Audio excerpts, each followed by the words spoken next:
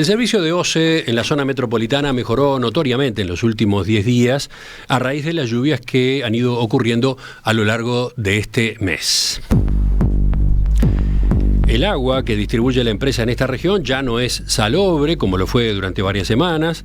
Por el contrario, registra valores de cloruros y de sodio muy bajos, que no solo cumplen con los máximos habilitados por el Ministerio de Salud Pública durante la emergencia, sino también con las normas anteriores, las aplicadas tradicionalmente para definir la potabilidad, normas que son mucho más exigentes. La población ha vuelto a consumir el agua de la canilla y ha ido reduciendo la compra de agua embotellada. Mientras tanto, en la represa de Paso Severino, que tiene sus compuertas cerradas, las reservas continúan subiendo y ya están en el 14-15% de la capacidad de ese embalse.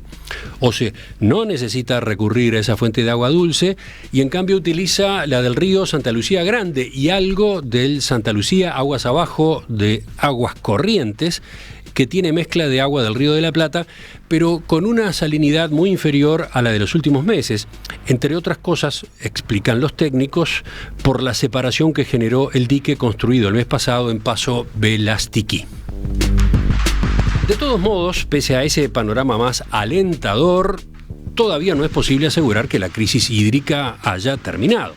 El propio presidente Luis Lacalle Pou declaró el jueves pasado que la batalla no está concluida, ni de cerca, y llamó a no cantar victoria, según dijo. Por eso, para contar con una fuente de agua dulce adicional, siguen a toda velocidad las obras que van a conectar por cañerías el río San José con la usina de Aguas Corrientes. Esos trabajos incluyen la construcción de 2 diques sobre el río San José y una larga cañería. Uno de los diques, en la zona de Campanario, se armó para contener el agua dulce, subir su nivel a modo de embalse para facilitar la captación y al mismo tiempo impedir la subida de agua salada del Río de la Plata. El otro, más arriba, en la zona de Paso Valdés, está previsto para ubicar allí la infraestructura a efectos de succionar el agua. Esa agua luego correrá en los 2 tramos de cañerías enterradas, el más largo de ellos de 13 kilómetros de extensión, hasta el río Santa Lucía, para volcarla en la represa provisoria levantada en Velastiquí. Estas obras, que culminarán sobre fines de este mes, son un alivio para la población de Montevideo y alrededores, porque proporcionan, digamos, un plan B para el caso de que la sequía no afloje y vuelvan a bajar de manera dramática las reservas en Paso Severino. Sin embargo, paralelamente, esos trabajos han generado dudas y preocupaciones en esa zona del departamento de San José. Propietarios de predios aledaños y trabajadores que viven en esos campos tienen el temor por los impactos que puedan sufrir, por ejemplo, por inundaciones excesivas. Pero sobre todo lo que reclaman es instancias de participación que no se habilitaron, ya que ni siquiera, dicen, se les informó de manera directa sobre los planes. Al mismo tiempo, científicos especializados advirtieron que los cursos de agua y los terrenos utilizados pertenecen a una zona protegida por la legislación vigente. Por ese motivo, vecinos y académicos gestionaron una reunión con representantes de OCE que, después de alguna postergación, tuvo lugar este sábado al mediodía. En ese encuentro, al que asistieron unas 40 personas, participó desde Alemania, de manera virtual, la doctora Tamara Avellán, una bióloga uruguaya especializada en limnología, que además conoce el lugar desde niña, ya que su familia posee un campo en Buchental, y porque para la tesis de su maestría realizó una investigación sobre la calidad del agua del arroyo Flores. Con ella justamente es que vamos a conversar en los próximos minutos sobre cuáles son las inquietudes, qué impactos ambientales están en juego con estas obras en San José, bueno, y qué dejó la discusión del sábado pasado. Tamara, buen día, un gusto saludarte, un gusto escucharte en Perspectiva. Buen día, Emiliano, igualmente un gusto. Creo que lo mejor es al principio ubicarte. Tú eres, a ver si están bien estos datos, licenciada en biología, especialista en limnología y con un doctorado en geografía. ¿Vamos bien? Correcto. En el perfil de LinkedIn te presentás como experta en manejo participativo de recursos acuáticos. ¿Qué es esto último? Recursos acuáticos, en principio son ambientes acuáticos, ríos, arroyos, lagos, humedales. Pueden también ser acuíferos. Y sí, trabajo sobre todo para ver cómo juntar a la gente para que el recurso hídrico se maneje de manera equitativa entre los diferentes usuarios del agua. Uh-huh. Y yo decía antes, especialista en limnología, ese término asusta un poco, ¿qué quiere decir? Es el estudio de las aguas dulces terrestres, o sea, ríos y lagos y humedales. Yo mencioné al pasar que vivís en Alemania, concretamente en la ciudad de Dresde, pero trabajás para una universidad en Finlandia, la Universidad de Oulu. ¿Cómo es esto? Sí, correcto. Trabajo como docente para la Universidad de Oulu, que está en el norte de Finlandia, desde hace unos 3 años, en un proyecto de la Unión Europea que ganamos en conjunto con ellos. Y ahí entonces trabajo en ese proyecto y también hago enseñanza a nivel universitario con estudiantes. Y te has desempeñado también en consultorías en proyectos de la Unión Europea. ¿De qué tipo? Sí, estos son proyectos grandes de la Unión Europea con, por lo general, más de 15 o 20 diferentes integrantes de la academia, pero también de pequeñas y medianas industrias, de las pymes. Y ahí yo trabajo en 2 proyectos. Uno es sobre pensando en la retención de aguas y nutrientes de zonas agrícolas, porque en Europa, igual que en Uruguay, tenemos el problema que estamos avanzando hacia secas, por un lado, y tenemos demasiados nutrientes en nuestros suelos, por otro lado. Entonces, ese exceso de nutrientes causa lo que se llama eutrofización en los ríos, es decir, que se llenan con nutrientes. Esos nutrientes, por los procesos microbianos del agua, llevan a un descenso de oxígeno en las aguas y eso puede llevar a que se mueran las especies acuáticas, sobre todo los peces y los moluscos.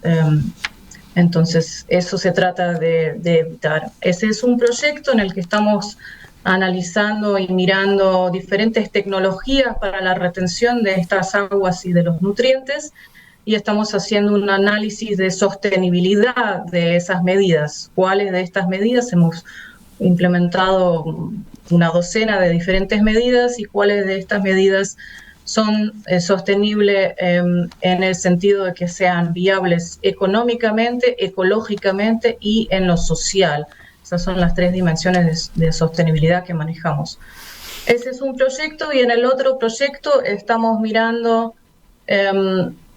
las políticas de 4 cursos de aguas transfronterizos, 4 de ellos en Europa y 1 en el sur de África, y ahí estamos mirando si las políticas de agua, de el uso en el agro y de la energía y también de la conservación del ecosistema, cómo esas políticas están sincronizadas, si van en la misma dirección o si se contradicen, para mejorar el uso del agua entre los diferentes sectores y para bajar la competencia, digamos, entre esos diferentes actores. Son interesantes estos proyectos para tenerlos en cuenta en Uruguay, ¿no?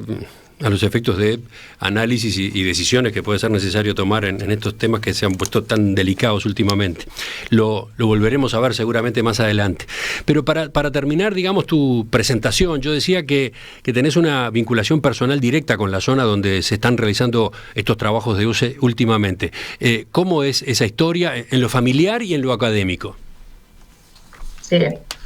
Mi familia hace más de 3 generaciones que tiene campo en la zona de Buyental. De hecho, el predio en el que se hizo el dique era el campo de la tía Hortensia, se decía. Ahí había una fábrica de tejas en su época, hace casi 100 años, y esas tejas que se producieron en ese mismo predio fueron las que se usaron para la casa de campo, que fue que fue el regalo de nupcias para mi bisabuelo, fue esa casa y el uso de esas tejas. O sea, estamos muy, muy involucrados y arraigados en la zona. Básicamente todos los vecinos que están ahí, salvo los que vendieron a extranjeros, son parientes de alguna forma u otra. Y tengo obviamente muchos recuerdos de esa zona. Por ejemplo, mi abuela le enseñaba a nadar a los gurises de la zona. Hay varios de los chicos que ahora ya son hombres que se acuerdan que mi abuela le enseñaba a nadar en ese mismo río que ahora estamos embalsando y del cual estamos hablando. Nosotros andábamos mucho en canoa. Yo fui al liceo en Buenos Aires, entonces todas las vacaciones básicamente las pasábamos en el campo y íbamos en canoa por ese río, y ahí donde se hizo el dique ahora del otro lado, digamos, hay una playa, una playita, en la que nosotros íbamos y pasábamos el día, porque como no estábamos en la playa misma, pues usábamos esas playas virtuales, digamos, para hacer playa. Y en lo académico, en esa ¿cómo época fue la investigación que desarrollaste sobre el arroyo Flores?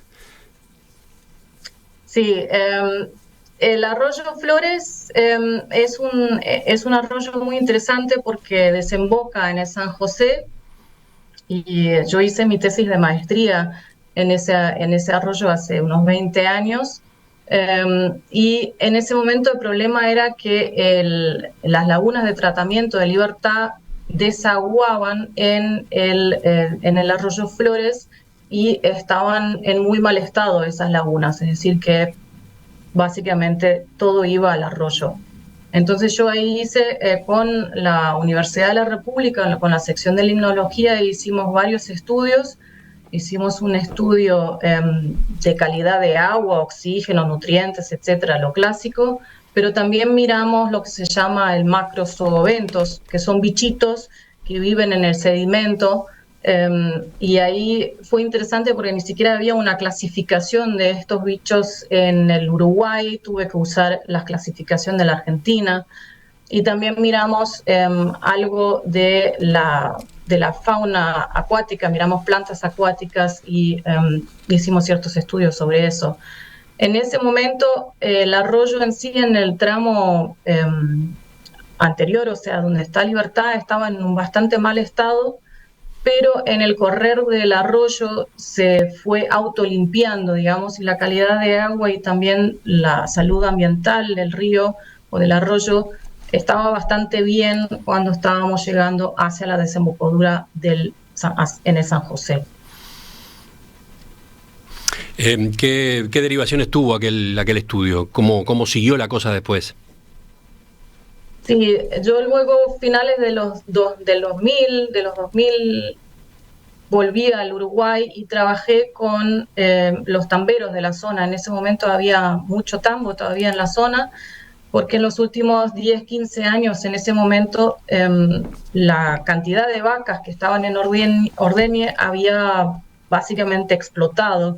En algunos tambos había el doble de las vacas de lo que se había tenido antes. Entonces había mucha vaca que se ordeñaba y mucha agua que salía de las salas de ordeña.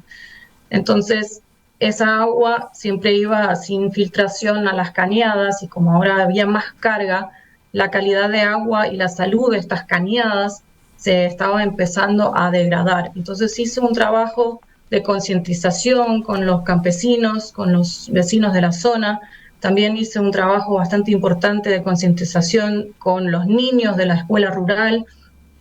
Hacíamos estudios de calidad de agua bien simples, pero también de cuestiones de caudales, de medir la velocidad del agua, también de concientizar sobre qué cañada estaban pasando, cómo se llamaban esos arroyos. Entonces, en esa zona se me conoce bastante bien que cuido el agua y que presto mucha atención a esos medios ambientes. Uno de los tamberos se apiadó de mí, digamos, y puso un humedal artificial como tipo de saneamiento para sus aguas servidas. Fue un ejemplo para la zona porque también se hizo antes que se haya implementado la ley de tener que tener un sistema de tratamiento para las salas de ordeña. Entonces eso fue bastante interesante, impactante, y yo a partir de eso también me dediqué bastante a estudiar humedales artificiales, no solamente para tambos, pero también para todo otro tipo de ámbito de aguas servidas. Mi pago, cuentito al costado, mi pago para ese humedal artificial fue un chanchito. ¿Un, perdón? Un chancho, un chanchito. Ah, sí, esa fue la retribución. Sí. Bueno, para terminar entonces esta introducción, fuera de micrófono, tú me decías que en esta entrevista preferías hablar desde ese punto de vista, desde el personal. No necesariamente estás representando a los vecinos de Burgenthal y de Libertad, ¿no? Exacto. Hace más de 10 años que no vivo en el Uruguay, entonces no me pareció pertinente representar a los vecinos. He estado en contacto con muchos, ahora en las últimas semanas sobre todo, hemos estado conectándonos y hablándonos, pero también yo me formé afuera, ¿no? O sea, me formé en Estados Unidos y luego tuve una carrera internacional en las Naciones Unidas y en universidades de Europa. Entonces, probablemente yo tenga un punto de vista capaz diferente a algunos de los vecinos y tengo sobre todo probablemente también una visión un poco más amplia y global. Y a mí lo que me importa siempre es, en todo lo que hago en mi trabajo, es tratar de unir lo local con lo global. Entonces, solamente para darte unos ejemplos de lo que yo estuve pensando con esta situación, de que el dique, como bien decías, está en un área protegida. El Uruguay tiene alrededor del 1% de su territorio nacional bajo protección. Ese es el nivel más bajo de protección que tenemos en toda Latinoamérica, pero nos llamamos Uruguay natural. Entonces, para mí ahí hay contradicciones. O también otro punto de vista es de que el Uruguay en sí tiene un muy alto porcentaje de sus aguas servidas bajo tratamiento. Recién busqué un informe del Banco Internacional que decía que el Uruguay tiene un 99% de sus aguas servidas bajo saneamiento básico. Pero esas cifras no figuran en el último informe de los ODS, de los Objetivos de Desarrollo Sostenible de las Naciones Unidas. Esos quedaron en blanco. Entonces yo me pregunto por qué, si se le va tan bien al Uruguay, por qué eso no figura en reportes globales. Y por último, capaz solamente al costado, el Uruguay es uno de los pocos países que tiene el derecho al acceso al agua potable y su saneamiento en la Constitución. Eso es algo bastante único en el mundo y no solamente el artículo 47 de la Constitución es muy progresivo, pero también la ley de agua que se generó a partir de ese artículo de la Constitución.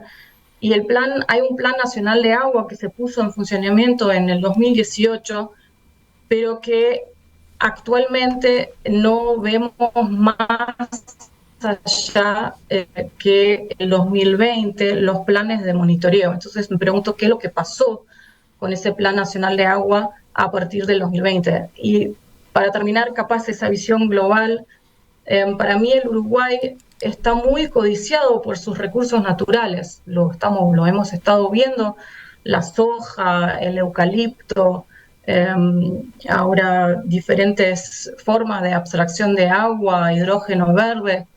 Eso es lo que hace al Uruguay sumamente valioso. y creo que tenemos que tener un poco de cuidado de no vendernos a la corta, porque capaz que nos quedamos cortos a la larga. Te propongo que después de esta presentación y de este marco que acabas de plantear en estos últimos minutos, hagamos una pausa y luego sí aterricemos, ya nos concentremos en las obras que están desarrollando OCE con empresas constructoras en la zona de Buchental, en el departamento de San José. Las obras que OCE está desarrollando en el río San José para utilizarlo como fuente de agua dulce de la planta de aguas corrientes son un alivio para la población de Montevideo y alrededores, porque van a proporcionar un plan B para el caso de que la sequía no afloje. Sin embargo, al mismo tiempo han generado dudas y preocupaciones en la zona de Rincón de Buchental y la ciudad de Libertad. Paralelamente, científicos especializados advierten que los cursos de agua y los terrenos utilizados pertenecen a una zona protegida por la legislación vigente. Entonces, ¿cuáles son las inquietudes? ¿Qué impactos ambientales están en juego con estos trabajos? Estamos conversando esta mañana en Perspectiva con Tamara Avellán, bióloga especializada en limnología, que conoce esa zona desde niña y además desarrolló su tesis de maestría investigando las aguas de esa cuenca. Tamara, vayamos a cuáles son entonces los aspectos delicados de estas obras en el río San José, y empecemos por lo último que mencionabas. Ustedes, no solo tú, destacan que esa es una zona protegida. ¿Por qué ponen el acento allí? ¿Qué implica eso? Sí, bueno, este dique se encuentra en el área protegida de los humedales de Santa Lucía, que forma parte del Sistema Nacional de Áreas Protegidas. Un área protegida implica que cualquier cambio que se haga en esa zona a través del ser humano pueda tener serias consecuencias sobre el medio ambiente y las especies que viven en él. No se sabe necesariamente qué interacción del ser humano pueda tener qué consecuencias, pero cualquier interacción del ser humano puede tener consecuencias. Por lo general, las áreas protegidas en el mundo y en el Uruguay es lo mismo, tienen diferentes zonas. Tienen zonas en las que se puede tener cierta actividad humana, como ganadería o algo de poco impacto, y luego otras zonas en las que no se puede tener interacción o interferencia del ser humano en esas zonas.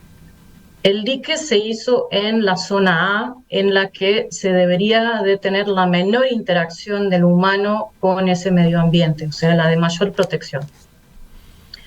Solamente para tirar algunas cifras, el 29% de las especies presentes en el Uruguay actualmente se encuentran bajo algún grado de amenaza. El Comité Nacional de Especies Exóticas Invasoras ha identificado 42 especies que son una amenaza para la biodiversidad, y se estima que el 26% de la tierra en el Uruguay se encuentra degradada. El problema del dique y de las obras que se están haciendo acá en el San José es de que no sabemos muy bien qué consecuencias va a poder tener. O sea, sabemos ciertas cosas, pero muchas de las cosas no las sabemos. Para Santa Lucía, para el área, el Sistema Nacional de Área Protegida de Santa Lucía, no hay ni siquiera un plan de acción. Es decir, hasta el día de hoy no sabemos qué tipo de acciones están permitidas y cómo y por qué y qué consecuencias pueden tener. No sabemos cuáles son los ambientes más vulnerables, no sabemos bien cómo restablecer ecosistemas degradados, por ejemplo, por plantas invasoras. Yo en el terreno que tenemos nosotros he dedicado, no sé, los últimos 15 años o algo así en tratar de entender cómo manejar las plantas invasoras que tenemos en las áreas inundables. Tenemos zarzamora, tenemos ligustro y tenemos leticia. Le he pedido a autoridades que me ayuden, le he pedido a técnicos que me asesoren, y es muy complicado tratar de manejar este tipo de plantas invasoras. Entonces, muchas de las cosas simplemente no sabemos muy bien qué consecuencias exactas puedan tener ciertas interacciones o ciertas infracciones que tengamos el ser humano en estos medios ambientes que pueden ser muy frágiles.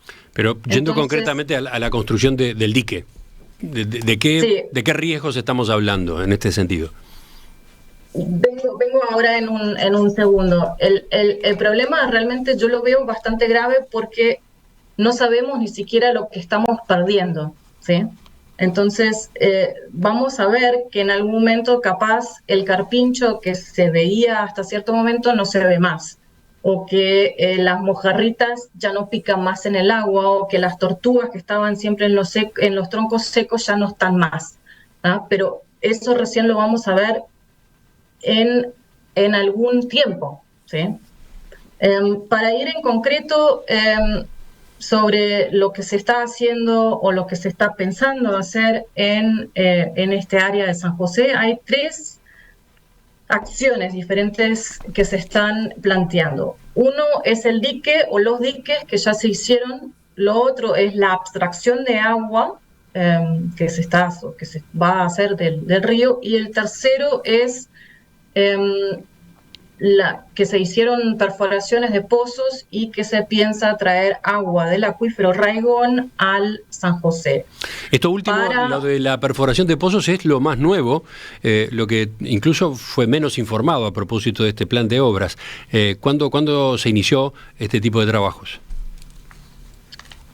Nosotros vimos que la OCE vino a hacer perforaciones en el camino Huyental el viernes de la semana anterior. Ajá. O sea, hace unos 10 días. Bien, no quería interrumpirte con el desarrollo que venías haciendo, pero me parecía importante marcar esto porque de las perforaciones no se había hablado inicialmente. Entonces, bueno, seguimos. Entonces, como te decía, 3 obras que posiblemente se van a hacer 2 que están hechas y una más que posiblemente. Pues el dique lo que hace es que separa, para eso está hecho, lo dice la OCE misma, separa las aguas abajo de las aguas arriba. En una primera instancia para separar las aguas salobres que vienen desde el Río de la Plata hacia San José, igual el mismo problema que tenemos en el Santa Lucía, y las aguas dulces de agua arriba. Por lo general, esos 2 ambientes no existen por separado, sino que es un continuo, o sea, eso fluye de un lado para el otro y se mezcla. Ahora estamos creando una separación hecha por el ser humano que no existía así, o sea, estamos creando 2 medios ambientes diferentes, con una salinidad diferente y también con un aporte de nutrientes diferente.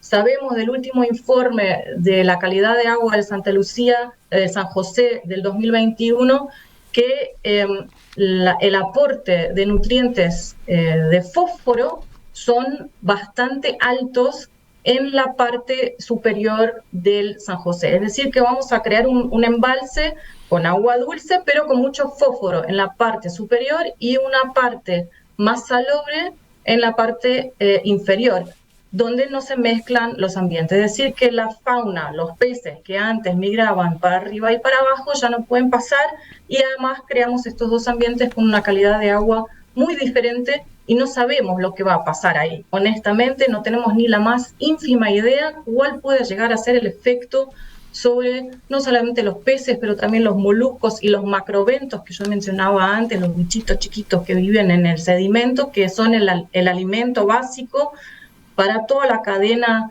alimentaria superior. O sea, ahí no sabemos qué es lo que va a pasar. El segundo punto es la abstracción de agua. No sé muy bien cómo va a hacer la OCE eso, no lo he visto, pero meten una bomba y hay un caño y pues eso chupa el agua. Y si ahí no hay filtros, entonces no solamente chupa el agua, sino que chupa los peces y chupa a todos los otros bichitos que viven en el agua. Entonces estamos sacando no solamente el agua, sino que también una cierta cantidad de la fauna que vive en ese medio ambiente y lo estamos trasvasando a otro medio ambiente que pues es aguas corrientes. Y el tercer punto, que es la recarga de San José, parece que ahí hay 3 tres vías propuestas en las que se puede recargar el San José, porque claro, le estamos sacando agua al San José y si no llueve le va a pasar lo mismo que al Santa Lucía, se va a quedar sin agua. Entonces tenemos que darle de alguna manera agua para que podamos seguir sacando agua del curso para Aguas Corrientes. Y ahí hay tres propuestas. Lo uno es lo que decíamos antes, las perforaciones de pozos del acuífero Raigón y llevar esas aguas a través del arroyo Flores, que es el que estudié antes, hacia el San José. Es decir, que ahí estamos agarrando un agua de un acuífero que tiene una calidad diferente a la calidad de agua del arroyo San José, el río San José. Definitivamente tiene una turbidez diferente, porque el río San José es un río turbio, los acuíferos por lo general no son turbios. No sabemos qué efecto pueda tener eso, o sea, una composición de calidad de agua diferente sobre la vida acuática que está acostumbrada a cierta calidad de agua. Y luego hay dos otras propuestas más de trasvase de agua. La una es traer agua del río de la Plata y pasarlo al San José, y la tercera es agarrar agua del río Negro y traspasar esa al San José. O sea, estaríamos haciendo trasvases de aguas de todo el país para llenar Aguas Corrientes. Y entonces, bueno, en particular la perforación, el desarrollo de pozos, ¿qué implica? La perforación de pozos puede tener varias consecuencias. En primer lugar, tiene una inquietud social. Hay varios vecinos de la zona que ya en este verano se les han secado los pozos por la seca, y si ahora vamos a estar sacando agua del acuífero, baja el nivel del acuífero aún más. Parece que este último año ha bajado en 3 metros el acuífero Raigón, y lo que se estima es que se podría llegar a bajar otro metro el acuífero con la abstracción que estaba sugerida de estos pozos. Esto es información que dio el ingeniero Pereira en la reunión del sábado. No son datos míos, son datos que dio él. Entonces, ahí está la preocupación de los vecinos que se queden sin agua. Hay otras consecuencias que pueden llegar a darse, pero que no están estudiadas por lo que yo sepa. Por ejemplo, si se baja mucho el nivel del acuífero y estamos sobre unas tierras muy secas, porque hemos sufrido seca, se les va el fondo, ¿no? O sea, es como si le sacas la plataforma a la casa y entonces se te pueden caer, se pueden formar pozos. Ha ocurrido en otros lugares, en los Everglades, en Estados Unidos, por ejemplo, que entonces se derrumban calles, hay unos hoyos enormes que se forman. Eso, no quiero pintar panoramas apocalípticos, ¿no? Pero son cuestiones que podrían llegar a ocurrir que no las hemos mirado. Por lo menos que yo sepa, no se han mirado. Eso es una de las preocupaciones más grandes de los vecinos, que se queden sin agua. Bien, ahora iremos más específicamente a las preocupaciones de los vecinos, pero teniendo en cuenta estas consideraciones que tú hacías a propósito de que las obras se desarrollan en un área protegida, tengo algunos mensajes, como por ejemplo el de Ignacio o el de María Marta, que señalan cuando está en juego el suministro de agua potable para la mitad de la población del país, no hay zonas protegidas que valgan. Ese dice un mensaje. El otro dice, si brindar agua bebible a más de la mitad de la población del país afectara de alguna manera un área protegida, habría que optar por no conseguir el agua, porque no se sabe si afectaría la diversidad del área protegida. ¿Cuál es tu respuesta a este tipo de comentarios? Sí, muy buenos los comentarios, porque sí, obviamente no es que yo diga que no se le dé agua a los montevideanos. Hay que tener en cuenta que esta área protegida del Santa Lucía es un humedal enorme. Humedales tienen tienen varias funciones, pero tienen dos funciones principales en lo que es el agua. Uno, filtran el agua, es decir, que mejoran la calidad del agua. Todo lo que nosotros le tiramos al San José y al Santa Lucía, este enorme humedal lo filtra y lo limpia. La segunda función fundamental que tienen los humedales es que recargan los acuíferos y también recargan los ríos.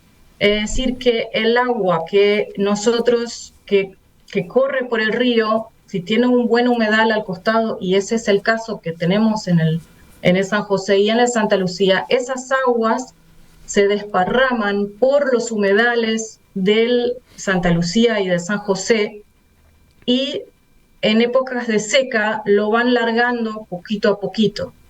Nosotros, al destruir estos medios ambientes, nos cortamos las mismas patas, porque vamos a tener a la larga menos agua aún disponible, porque no hemos cuidado estos medios ambientes acuáticos, estos humedales. Estos humedales son fundamentales para nuestra seguridad hídrica. Bueno, y la segunda parte de la discusión esta que de algún modo plantean los oyentes, tiene en cuenta el factor tiempo. Tú acabas de decir hace unos instantes, si nosotros destruimos, por ejemplo, los humedales, ¿es seguro que se destruyen los humedales, que se afecta de manera severa esta área protegida con obras que son temporales, que son para encarar una situación de emergencia por unas semanas, eventualmente unos meses? La respuesta te la doy en dos partes. Uno, que no sabemos cuáles pueden llegar a ser las consecuencias de lo que hemos hecho ya ahora en el corto, mediano o largo plazo. Estos son ecosistemas sumamente complejos y frágiles, y hay muy poco estudio sobre estos ecosistemas en el Uruguay específico. Tenemos mejores estudios en otros lados, pero en el Uruguay está bastante mal estudiado los humedales de Santa Lucía en específico, como cuáles son zonas vulnerables, etcétera, cuáles son especies vulnerables. No está muy bien estudiado. La segunda parte de la respuesta es que no sabemos por cuánto tiempo van a estar esas obras, porque esa respuesta, aunque se la hemos pedido a los funcionarios, no la tenemos. La respuesta que yo he obtenido hasta este momento es de que el agua de San José se va a seguir bombeando hasta que se llene Paso Severino. Esa es la respuesta que tengo. No sé en cuánto tiempo va a ser eso, no sé si ahora baja de vuelta el nivel porque no tenemos más lluvias, qué es lo que pasa. Entonces, tampoco no sé si se va a sacar el dique. Por lo que tengo entendido es que se va a dejar degradar por sí solo en el correr del tiempo. Sí, se ha aclarado eso, ¿no? Que no es un dique permanente, hasta por la forma como fue construido, ¿no? Con tierra simplemente, se lo va a ir llevando el agua, digamos, ¿no? Claro, pero también está la preocupación de qué es lo que pasa con toda esa tierra que le hemos puesto ahora. O sea, esa tierra va a quedar en alguna parte en el lecho del San José. Sí, en algunas décadas se lo va a haber llevado hasta el mar, pero ahora en este corto plazo se han sacado no sé cuántos metros cúbicos de tierra ahí, no se sabe. ¿Cómo puede afectar la calidad del agua del río San José que se obtenga el desecho de saneamiento de la ciudad de Libertad, vertido y o canalizado por el arroyo Flores como es actualmente? ¿Se entiende esta duda? Si yo entiendo bien la duda es que es lo que, o sea, la ciudad de Libertad vierte sus aguas servidas hacia el arroyo Flores, que a su vez da al San José justamente en esa área donde se está embalsando el agua, es decir, que donde estamos sacando agua para traer las aguas corrientes, estaríamos también en parte tomando las aguas servidas de Libertad. No sé responder a la pregunta porque el estudio que yo hice del saneamiento de Libertad tiene más de 20 años. Es decir, que la situación ha cambiado. La población es más grande. Tengo entendido también que el sistema de saneamiento, las lagunas de tratamiento se mejoraron en los últimos años. Supongo que, y esto sí, no hay estudios, solamente lo digo como mi punto de vista de experta, yo pienso que esas aguas no van a tener un efecto mayor sobre la calidad de agua de San José, porque el trayecto entre donde se vierten las aguas hasta la desembocadura es suficientemente largo para que se autolimpie el arroyo ese. Enseguida completamos la entrevista de esta mañana con Tamara Avellán, bióloga, limnóloga, radicada en Alemania, pero muy vinculada por su historia familiar a la zona de Rincón de Puyentan en el departamento de San José. Vamos a dedicar algún minuto a ver cuáles son las preocupaciones de los vecinos, más allá de esto que veíamos recién, lo que tiene que ver con que esa es un área protegida. Y después, bueno, ¿qué dejó el intercambio del sábado a propósito de varias de estas situaciones y varias de estas preocupaciones? Las obras que OCE viene desarrollando en el río San José para utilizarlo como fuente de agua dulce de la planta de aguas corrientes. Ese es el tema de la entrevista esta mañana. Estamos conociendo una visión científica y al mismo tiempo lugareña. Estamos hablando con Tamara Avellán, uruguaya, licenciada en biología, magíster en limnología, doctora en geografía, que vive en la ciudad de Dresde, Alemania, desde donde trabaja para Naciones Unidas por un lado, para la Unión Europea por un lado y por otro para la Universidad de Oulu en Finlandia. Con ella estamos conociendo una serie de llamados de atención a propósito de estos trabajos, tanto desde el punto de vista justamente académico como desde el punto de vista de los vecinos. Nos deteníamos en los minutos previos, Tamara, en lo que implica que esta obra tenga lugar en un área protegida. Vayamos, por otra parte, a lo que implica justamente estos trabajos desde el punto de vista de quienes poseen tierras en esa zona, quienes viven en esa zona. ¿Qué tipo de inquietudes estuvieron en la reunión del sábado con representantes de OCE? Sí, gracias, Emiliano. Creo que hay dos preocupaciones o tres preocupaciones primordiales. La primera es ¿qué pasa si hay inundaciones? Las inundaciones en esa zona, por lo general, cuando son grandes, son bastante grandes, pero ahora le pusimos un dique, pueden ser aún más grandes. ¿Y qué es lo que significa eso para las casas que están en esa zona? Les contaba antes la casa que se construyó mi bisabuelo, que está sobre la planicie de inundación. Nosotros desde la terraza podemos ver la planicie de inundación. Nunca en estos casi últimos 100 años llegó la inundación hasta la casa, pero podría darse eso. El segundo punto es el que creemos que ahora quedó descartado, pero igual sigue siendo fue una preocupación grande, el de los pozos que mencionábamos antes de la pausa, que ahí se podrían quedar secos los pozos de los vecinos, y entonces ahí sí sería interesante ver quién tiene derecho a agua potable. ¿Es el que tiene su propio pozo o es el montevideano? Dejó esa polémica ahí colgada. Y la tercera preocupación es, ahora, una vez que pase la sequía, ¿qué pasa con todas esas obras que se hicieron? Está el dique, están los pozos, están las cañerías, que por mucho dinero se trajeron de Brasil y se están enterrando. Se van a sacar esas cañerías una vez que ya no se use más, una vez que haya pasado este momento de crisis.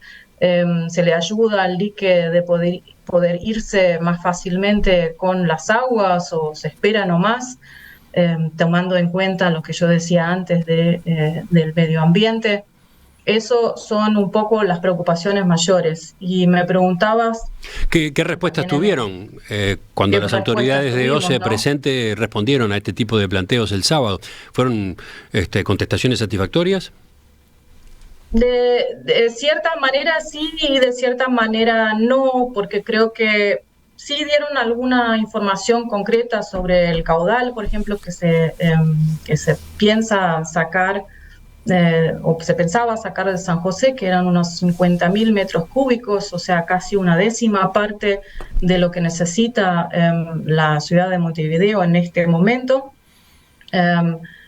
Pero por otro lado, a estas incertidumbres más grandes de qué pasa con inundaciones, sabemos, podemos hacer el monitoreo anticipado, cómo se le alerta a la población, cuáles podrían ser las indemnizaciones, si hay algún efecto que ocurra, o sea, alguna casa que se le lleve la inundación, etcétera. A esas preguntas, en este momento, las autoridades, como yo lo entendí, no tienen respuestas. Posiblemente también porque no lo tienen estudiado, y ahí volvemos a lo mismo de que muchas de las cosas simplemente no las sabemos, y nosotros lo que les pedimos a las autoridades es de que sigamos en un diálogo, y que sea un diálogo proactivo, porque en este momento nosotros no hemos sido informados de lo que se hizo. Obviamente que no hemos sido consultados, pero ni siquiera hemos sido informados. ¿Qué es eso de que no fueron informados? Nadie supo nada. O sea, el alcalde de la Ciudad de Libertad tenía cierta información, pero también, por ejemplo, el hecho de que se hicieron las perforaciones de los pozos, no lo tenía claro, y se había reunido con las autoridades justo algunos días anteriores. Nosotros nos dimos cuenta porque estaba la OCE trabajando ahí, sacamos fotos y ahí preguntamos qué es lo que estaba pasando. Entonces es muy sobre la marcha, y lo que nosotros nos gustaría pedirle a las autoridades es de tener información de manera proactiva. O sea, por ejemplo, podrían llegar a ser reuniones semanales que se hagan en la Ciudad de Libertad, que sean siempre en el mismo lugar, misma hora, técnicos de la OCE a explicar qué es lo que se ha hecho la semana pasada, qué es lo que está pronosticado hacer. Puede ir quien quiera a esas reuniones, y así uno puede entonces entender qué es lo que se está pasando, y ver un poco también cómo uno se va ajustando. Entendemos que es un momento de crisis y que uno tiene que entonces también hacer las cosas un poco sobre la marcha. Sí, esa es la explicación que en principio han dado las autoridades, ¿no? Que la situación se precipitó, que hubo que encontrar una alternativa con esta obra en el departamento de San José, y que no pudo cumplirse con los procedimientos teóricamente vigentes a los efectos de estudiar el impacto ambiental, que incluyen a su vez las consultas con las comunidades, etcétera, ¿no?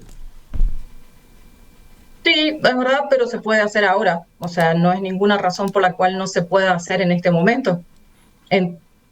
Encuentro yo. O sea, las preocupaciones están ahí, las planteé ahora, y no hay ninguna razón por la cual no se hagan ahora, y se trate de entender alguna de estas inquietudes y ver si la obra que se hizo capaz sí tiene algún efecto mayor dañino, y de entonces revertir y ir para atrás. O sea, entiendo que también la situación sigue estando crítica, pero no tan crítica como hace 2 semanas. Entonces, capaz que tenemos ahora un momento de respiro para poder estudiar las cosas mejor. Y también un punto que capaz se pueda hacer es que se gastaron ahora, a lo que yo entendí, $40 millones para poder proveer, está por lo menos pensado así, un 10% del caudal necesario de abastecer a Montevideo. Tengo entendido que la pérdida de agua en la ciudad de Montevideo, desde aguas corrientes hasta las casas, es de un 40%. Entonces yo me pregunto, capaz se podrían haber usado esos $40 millones para reparar algunas fugas y bajar en un 10% esas fugas, y estaríamos en lo mismo que lo que tenemos ahora en lo que se puede llegar a abastecer con agua, y no hubiéramos hecho el daño posible, potencial, que estamos causando a este medio ambiente y a la sociedad. O sea, también hay que pensar que estamos afectando a personas acá que tienen el mismo derecho al acceso de agua potable que cualquier montevideano. Bueno, acá tengo algunos mensajes que ponen el acento en esa expresión. Santiago dice, noto un tono bastante tendencioso cuando la experta dice el montevideano. Esto no se trata del origen de las personas, se trata del abastecimiento de agua a la mitad de la población del país. Como que habría allí una especie de conflicto, o se estaría planteando un conflicto, un contencioso entre los vecinos de Bushnell y esa zona de San José, eventualmente los vecinos del departamento de San José y los de Montevideo, ¿no? Sí, todos tienen el mismo derecho básico al acceso al agua, pero acá estamos haciendo una obra y gastando dinero porque la crisis es en el área metropolitana de Montevideo. Pero sí yo pienso, y capaz que estoy creando una polémica acá, pero yo sí pienso que todos tienen el mismo derecho fundamental. Y si estamos poniendo en riesgo el derecho fundamental al acceso al agua conscientemente de ciertas personas, entonces eso me parece injusto. Lo último, a propósito de una de las preocupaciones, ¿qué pasa con el tendido de la tubería que se está desarrollando? Que además son caños que se entierran. Parece bastante obvio que esa infraestructura va a quedar, ¿no? Estaba la pregunta de si queda o no queda. Parece bastante obvio que va a quedar. En ese escenario, el de que quede, ¿qué respuesta tuvieron ustedes del representante de OCE en la reunión del sábado? No me acuerdo de haber tenido una respuesta a esa pregunta. No, porque el tendido podría quedar, pero sin que se mantuvieran los diques, ¿no? Sin que se mantuviera afectado el curso del río San José en la zona que se va a utilizar para realizar la toma, ¿no? Sí, pero quedo en lo mismo. Si se queda una toma de agua ahí, se tienen que hacer estudios de impacto ambiental. O sea, incluso una toma de agua es un impacto ambiental.